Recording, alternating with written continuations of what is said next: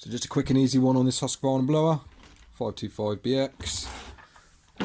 What's happening is my tube is not staying on very well.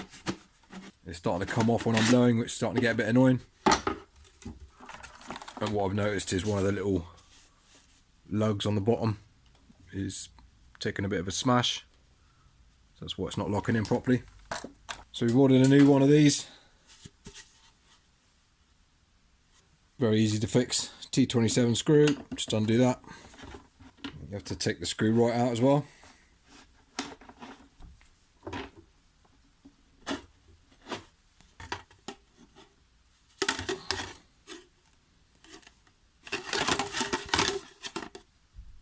And there's our new one.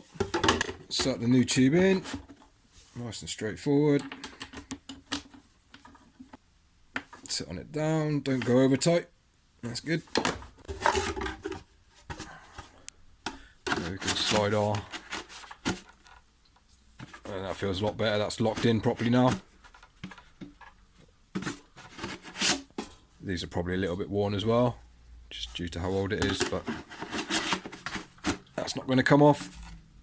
And obviously, if you didn't know, you can slide it down further, so you can either have it in that slot or slide it down into that slot to make it shorter.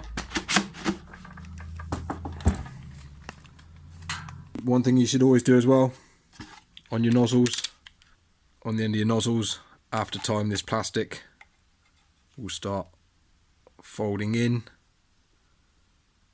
If you see there, look, and which will kind of hinder the airflow a little bit, not massively, but so what I do is just take a knife and